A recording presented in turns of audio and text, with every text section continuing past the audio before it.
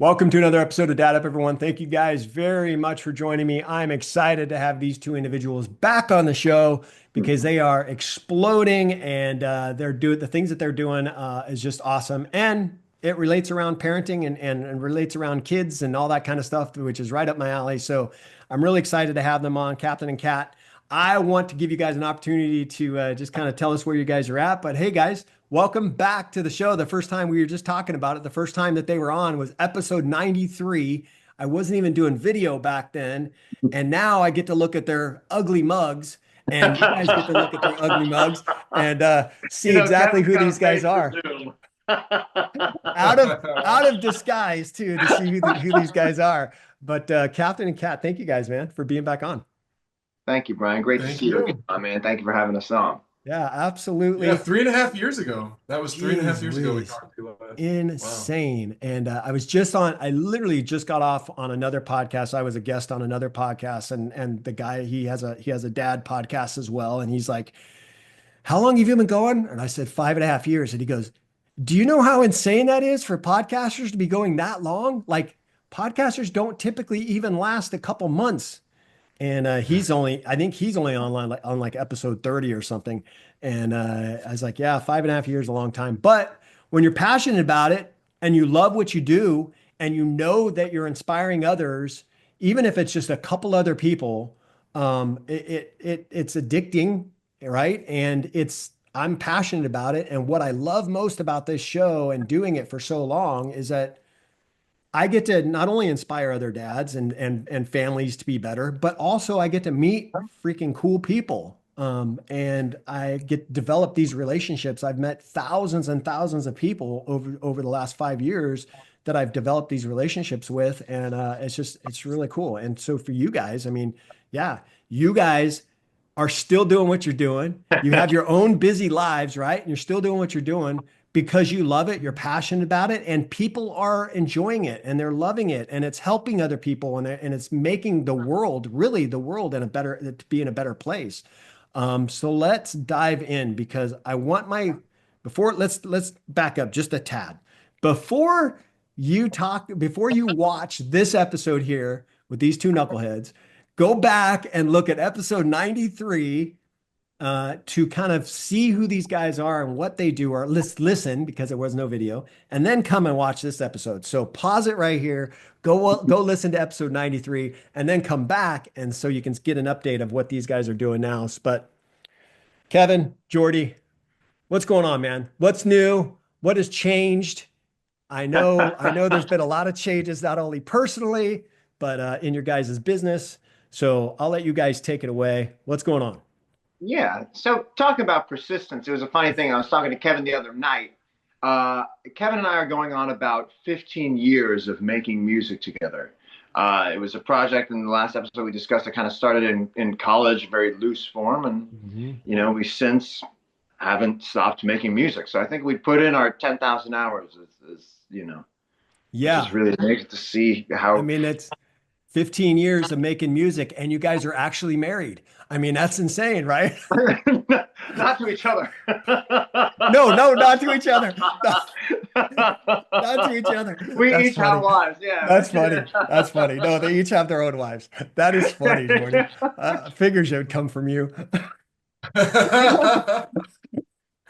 But yeah, I mean, I think it's funny what you said about, the persistence, and it just takes a little spark, because I would say 14 of those 15 years, we had a couple enthusiastic fans, like our parents probably, and a couple people on the internet. But I think in the last year, we've been really fortunate that just the algorithm and the internet's been kind to us, and things have blown up, and it's been really, really cool. We went from, I think when we talked to you last, we probably had 1,000 subscribers on YouTube, Not and we not even. just Not even. I don't maybe think. not even, and Yeah. we just hit 113,000, That's insane. um, and like 80 million views, and most of that came over the last year. And I think it is a lesson in stay with it, and if you're passionate about it, it'll keep you going, and then hopefully at one point it clicks. And this last year things have really clicked. So And Yeah. there's been grateful, we're humble.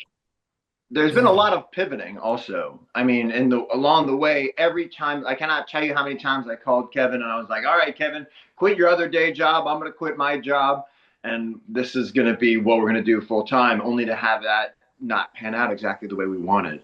Mm. So we've pivoted from Instagram to kind of trying to pitch shows to networks and traditional networks, and now we've kind of found our home on YouTube and found a lot of success there. And YouTube had us for what was really the turning point for us was that YouTube had this creator seminar. It was called the Accelerator Program for kids content creators specifically. Mhm. And they really, really taught us a lot about what it kind of takes to go on and pop off on YouTube, regarding the importance of thumbnail, keywords, just making stuff that people are ultimately searching for, because you can make the best content in the entire world, and if it doesn't have a searchable item in it, then nobody's going to see it, you know. Yeah. Yeah. um, it's been quite the journey, and I have to tell you, every day still feels like a roller coaster. And yeah, Kevin always jokes, I'm an actor also, and so I've picked probably the two jobs of between pitching jingles, which we'll talk about in a little bit right now, and acting. I chose a job that constantly tells me no, even though I am very emotionally fragile about it still. I said you're the most sensitive actor in the entire I world. mean, that's what I'm How trained do you, on. how And do I you get know this. told no and get so upset? Yeah. Yeah, I still feel everyone. I think there's a phrase that my wife uses called hacerse ilusiones, which means that you make your illusions come true. And so the second I get excited about an idea, I'm already 20 steps down the road of I've already spent the money for it that we get paid for it, you know?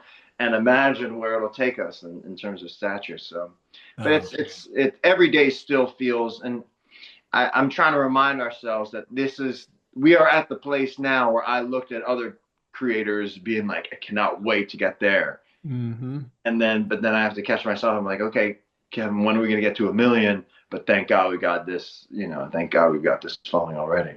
Yeah. I mean, it is hard. It does take a lot of work and it does take commitment, passion, devotion, all those things. I mean, and it takes a very compassionate and understanding spouse to not just not I don't know that allow you is the right word, but to be supportive of you guys doing this thing. I mean, Kevin, you're a dad too, so I mean, for me, with the podcast, it's the same thing. It's like I have to be understanding to the fact that yeah, my wife's being so supportive of me doing the podcast. I've talked to her many times about possibly stopping it. I've mentioned it to her several times and just going, maybe I just need to take a break from it for a while. And she even stops me and says, "What do you mean? You love it. You enjoy doing it. Why would you stop doing it?" And when you have somebody tell you that, especially your spouse, it's so reassuring and so comforting to know that, hey, I've got somebody on my side. Even though there may be days where I'm battling my own head about why I'm still doing the show, or she's frustrated because I'm on a podcast when I need to be doing something else, or she's still so supportive. And for you guys to have that same kind of supportive system behind you is remarkable for 15 years. Now, I think Jordie, if I remember correctly, and maybe I'm wrong, but if I think the last time we did the episode, you weren't even married yet. 2021, I was just married. Okay, so I was just married. just married in 2021. But I'll Okay. tell you this, there have been varying waves of supportiveness. There was a while where H&R Block was referring to this as my very, very expensive hobby. Right. Uh, Right. Yeah. and then also, this was in the first 5 years of putting content online. Everything was out of our pockets: animation, Yeah. recording studio cost, literally everything, advertising, and that equation. I mean, it was.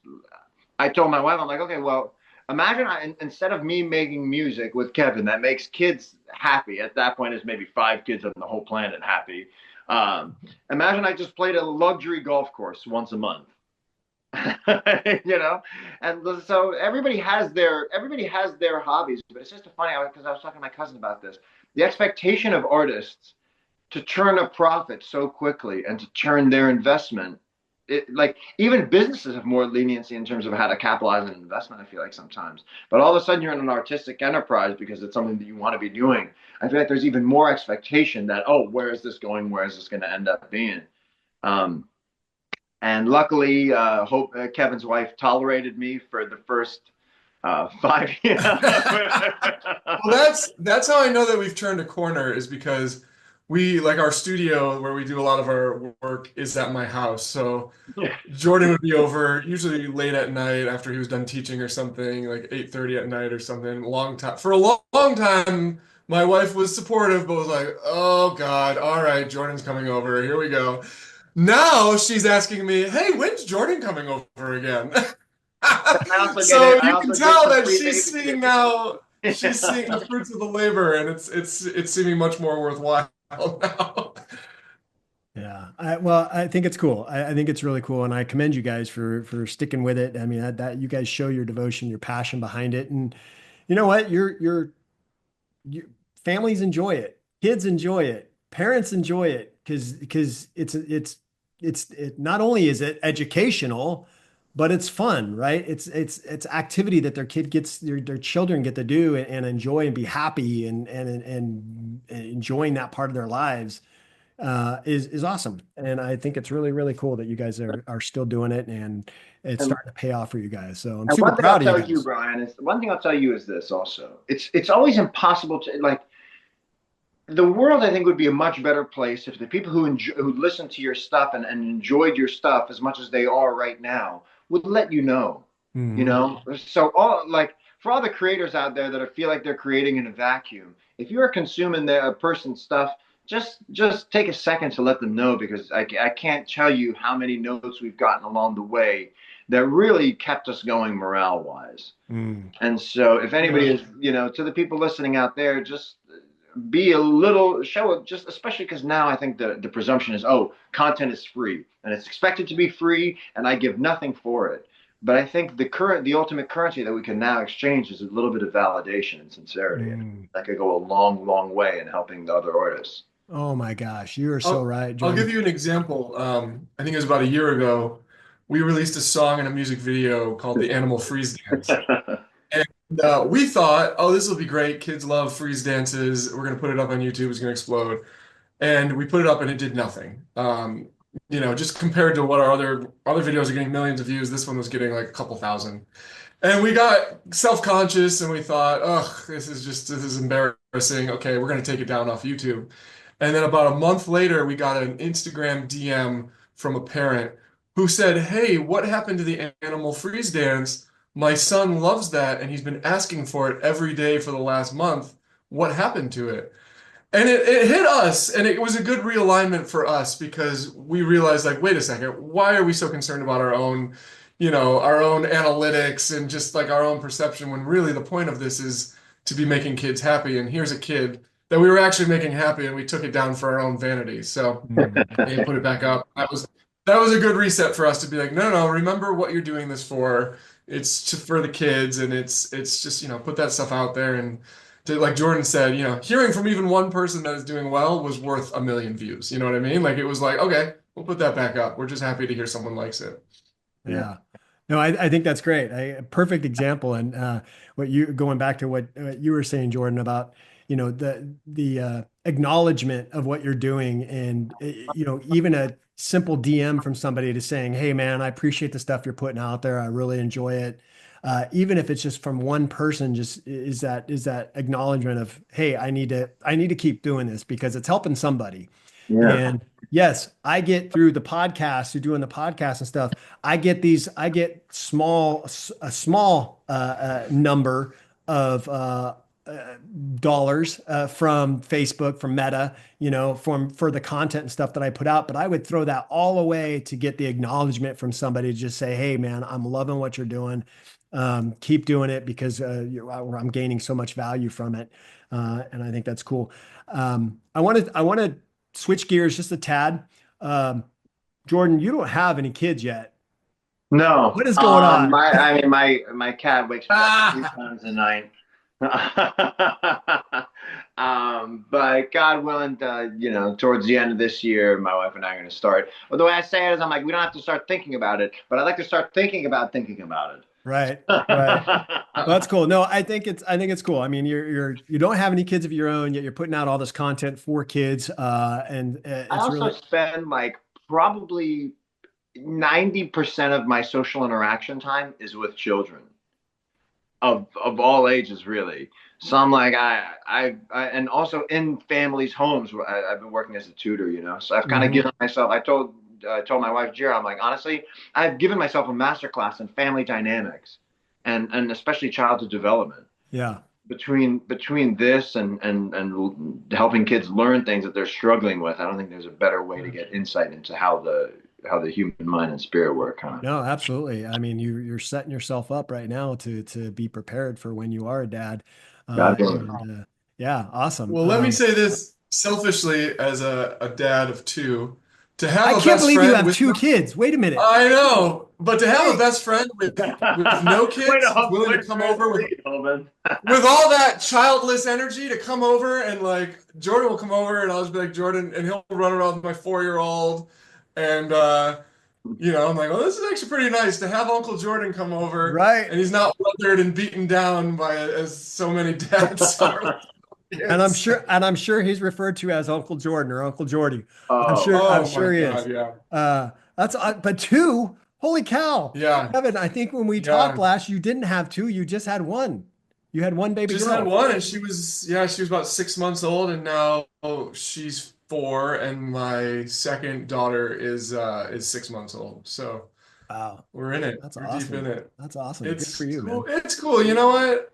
I don't know if we'll go to the third because right now things are pretty chaotic, but I will say having another go at the baby portion of parenting is cool because you get to appreciate it a lot more. Like I'm Yeah. definitely this time around I'm not scared. I'm just like I realize this is a fleeting moment and trying to absorb it as much as I can. So Well, that is very cool. two girls. God bless you, man. I was just watching. My wife and I were watching a show last night, and it was a dad and his daughter, and how protective he was of her. And I was thinking to myself, I don't remember what the show was we were watching.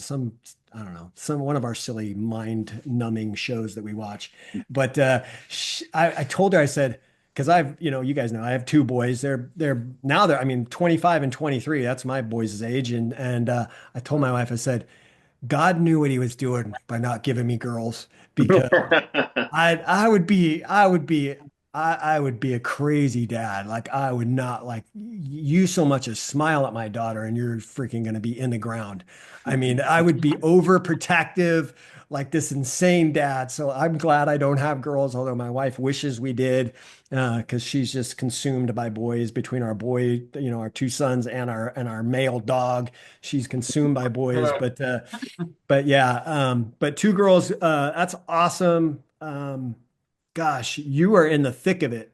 And I'll give you a little tip, Kevin. If you guys do decide to have another one, okay, be prepared. If you do decide to have another one, you thought two is chaotic, three is crazy. All right. But if you can get past three, they say then you can have as many as you want because if you take care of three, you're good.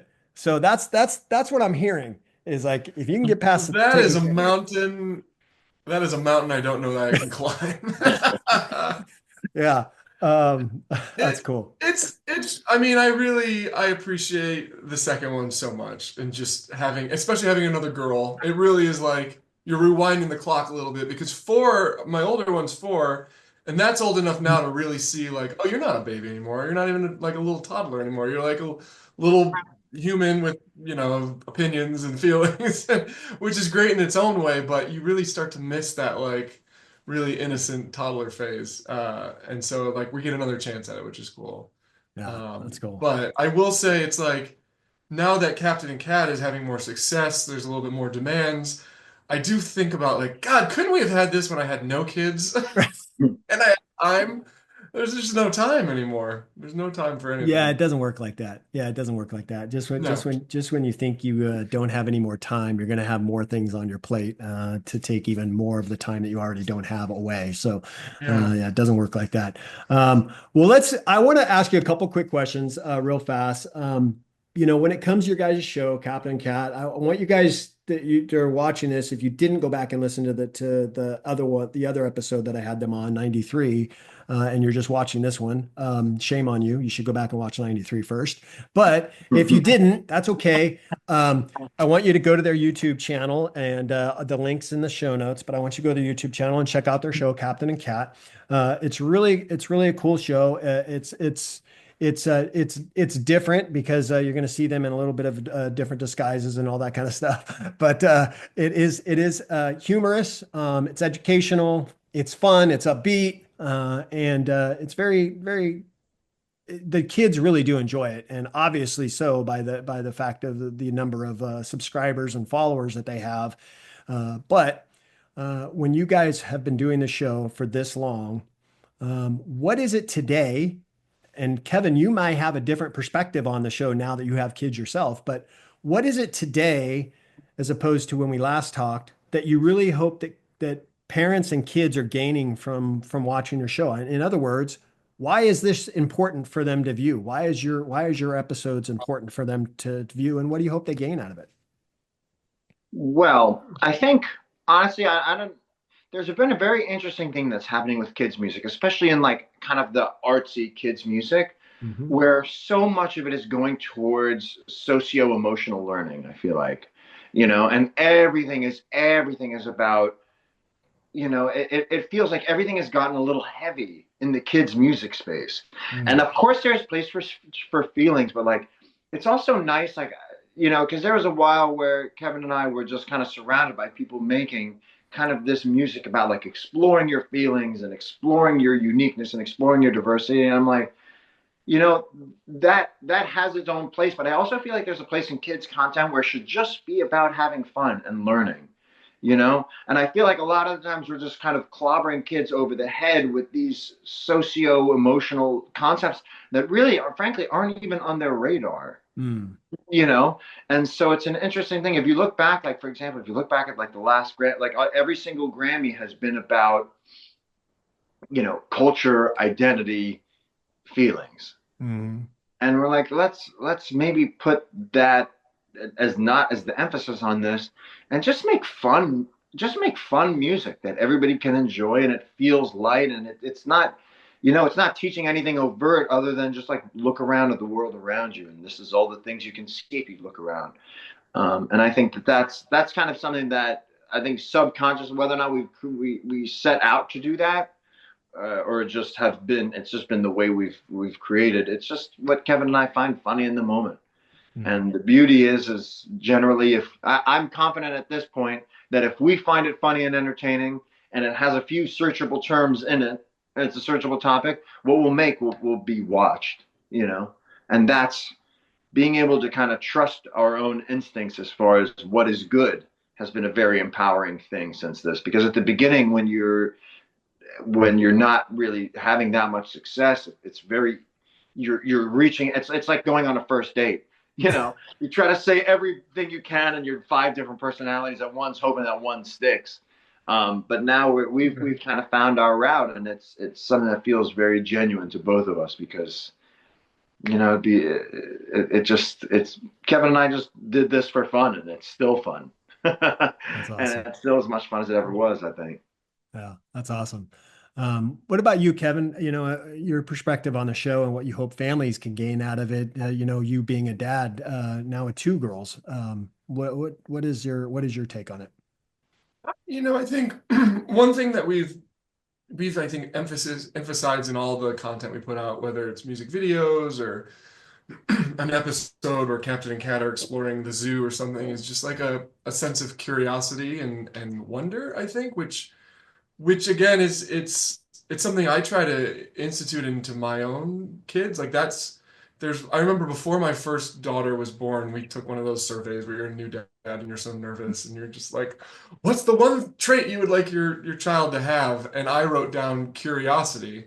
And I think that even extends into our content that we're creating is we just want kids to be kind of curious and kind of just appreciate that curiosity about the world around them. Whether we're making a song about dinosaurs or elephants or we're going to a zoo, it just I think we do try to instill a little bit of a sense of like an appreciation for learning about new things, being curious. I think in our Captain and Cat characters, there's a little bit of a dynamic of Cat is sort of like almost an avatar for the kid and like a Mhm. little bit dumbfounded by things and a little bit aw shucks. And then Captain is a little more of like the parent figure in some of our dynamic that we have. And I think it's worked really well in terms of like how do we teach a kid about giraffes? Well, Cat walks up and goes, "Yes," and then Captain drops a few facts so it doesn't feel too forced, but then Cat also makes a few jokes and Cat will look at the giraffe and go, his tail or his tongue is slimy. And then Captain will give some fact about how long the tongue is. And I think in that dynamic that we've found, we've been able to kind of capture both sides of that like learning process and the curiosity that I think has served us well. And I Mhm. hope that it's made kids excited about learning about new things and also like sort of mirrors that own like the process they go through as they're learning about something and not being scared of something new. I think that's a big emphasis as well. Right. It's like go at new things, new problems, new topics with that sense of curiosity and wonder and not being timid or scared about it. Oh, another thing, one more thing I want to mention here is also I think a lot of kids' music shies away from musical complexity. And I think we really, if people knew how much time we spend in the recording studio layering these songs and transitioning, are like between different, really pretty revolutionary like musical concepts, I think. Basically, our biggest original song is called "Riding on a T-Rex," and it was the one I was by far the most nervous about because we really, really, really took it. We made a heavy metal song it's heavy for kids, and it's the exact instead of like little toy box sounds, we've got shredding electric guitars and stuff like that. And that day that the day we were going into the recording studio for that, we had listened to Rick Rubin, and Rick Rubin said, just whatever you do, try it to the extreme so that you can know whether or not it actually bears fruit because it might not have worked because you didn't go far enough. And so there we really, really pushed it. And it ended up being by far our biggest original song. And it was the one that I thought we almost didn't, we sat on that song. We sat on that song for about a year and a half. Wow. And then one night I'll literally never forget. I'd come back from acting class and I couldn't sleep because obviously I was just thinking about the scene I had just done. And Kevin just surprised me with a stock footage video, a video made entirely of stock footage of dinosaurs that literally looked like a Jurassic Park had made it. You know? That's awesome. That's Yeah. So awesome. I guess the thing is, like, I guess take risks, and it's in those risks you'll really find out what works and feel doesn't, as long as it feels genuine to you. We just made a song that we thought rocked, and then it turns out kids agreed. That's awesome.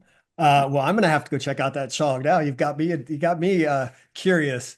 It's actually I like to do 2 minute planks, right? I'll do reps or sets of 2 minute planks. Doing it to Riding on a T-Rex is it's the perfect plank song. It's 2 minutes and 6 seconds. So you start it, it gets you really hyped up, and then it really explodes. So I recommend the Riding on a T-Rex plank challenge. Well, there you go. Well, all right. So what song do I need to be listening to for all my running that I do? Good question. That's a good one. I'm Well, like, you do like 10 miles per run, right? We got to give you the yeah, whole playlist.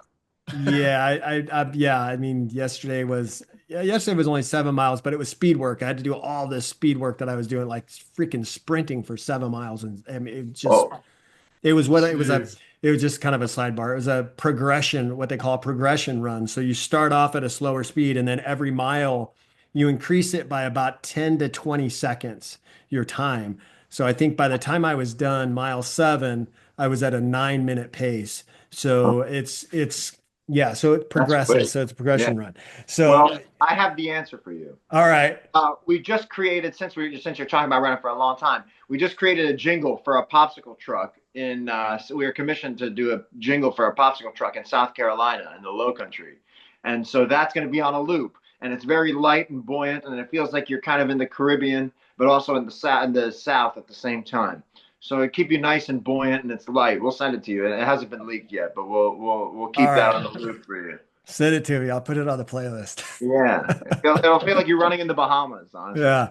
I feel like my playlist is like it's all over the board. I do have heavy metal on there. I got hardcore heavy metal, and then I've got just, kind of a little milder metal, and then I've got your hard rock, and I've got country on there, and I've got some Christian songs on. I mean, like it is all over the board. I've got some old school, 70s, 80s music on there. It's all over the board. And so yeah, sometimes I feel like I need to go through that and kind of update it a little bit. Get tired of listening to the same old songs over and over. Like, okay, Siri, next song. Siri, next song. You know. Um, anyways, all right, guys. So if I were to ask you guys real quick, and then I'm gonna let you guys go. If I were to ask you guys, pick out one of your, videos or songs that if somebody wants to check you guys out, learn a little bit more about you, would be the, like, if this is your opportunity, it's like you're gonna make it big by this one song or this one video that you guys did. Parents need to go check it out. What would that be? What would your go-to be? It may be different for each of you. I can start. I don't know if we'll have the same answer. But there is a song, and I don't even know if it was out when we talked to you last, but there's a song called Jen the Fire Engine that we wrote Yeah. years ago. It's probably one of our most popular. It is one of our most popular. It's really gentle for like a preschool audience of like age 3, maybe. We got one of our great friends, Phoebe, to sing the hook on it. It won the John Lennon Songwriting Contest for Best No Children's Song of way. the Year That is last year, awesome. which was part of I think our springboard of what got us to where we are now. It was at a point where, we had not much of a following on YouTube or whatever, and we sent that song in. We won a contest. We animated the song because it's about a fire truck, and we figured, oh, this will be good for kids on YouTube. That has since blown up, and it's got, I think, like 10 million views between the long form and the shorts. And I think that put us on the radar of when this YouTube program for kids creators was looking for people. I think that kind of put us on their radar, and a lot of our successes come from that. But it also, I think, for us, is that song, that character that we're always thinking bigger for. Like if we could make a show, if we could make a show that's not just our YouTube channel, we would love to make an animated Jen the Fire Engine show. So that would be my pick. Oh, that's awesome. I'll actually, that's the best answer there is because Kevin doesn't know this, and I don't think anybody knows this. Jen was animation for anybody who's even dabbled in animation knows how expensive and demoralizing the process of creating animation could be. So like basically we have been waiting for our animator to send us something for like 6 months, and then he sends you something and it's 5 seconds, and you're like, okay, this is a great 5 seconds, but we're on track to finish this video in 7 years, you know. And it was expensive, and I remember having this conversation with myself. I'm like, okay, if it's our, in my opinion, it's our best song.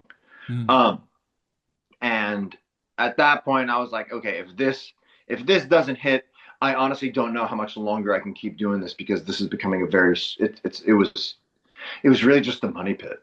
Mhm. And it was costing a lot, and that, I think in a weird way, I think when you there's something about that internal desperation, I feel like that, like, the universe kind of notices, and you hear the story of so many actors, and you hear so many people like, I was just about to quit when blank, and I Right. think there's something very powerful both in the universe and internally when that happens, because what you're doing is you almost you throw everything to the wind. You throw everything to the wind, and it's just all that pretense and all that micromanaging and all that, all the stuff that you were mired in before becomes a lot less important. Yeah. No, You know, I so that so that's Jen's the girl that kept me in this, and we are working on it. God willing, we're going to turn into our own animated series, which I think would be the thing that takes this channel to the next level. If we can build a big following around it, like our own IP, which would yeah. be awesome. That's awesome. Cool. Well, I'll make sure that I go check that out myself. That's awesome.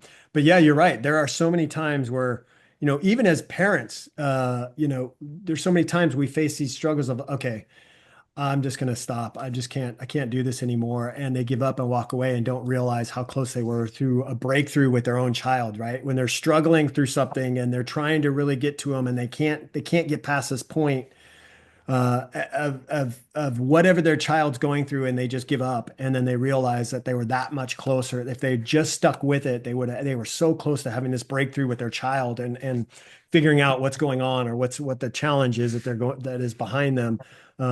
Is true. And Jordan, you bring up a good point. There are so many times for actors, musicians that get to that point where they're like, I'm just done. And they don't realize how close they are. You ever seen that picture of that miner that's like digging in the mine, and he's like digging away and digging away and digging away, and he just wants to give up. And yet on the other side of that little dirt, there was like a couple more inches, and it was the gold that he had been, digging for so long.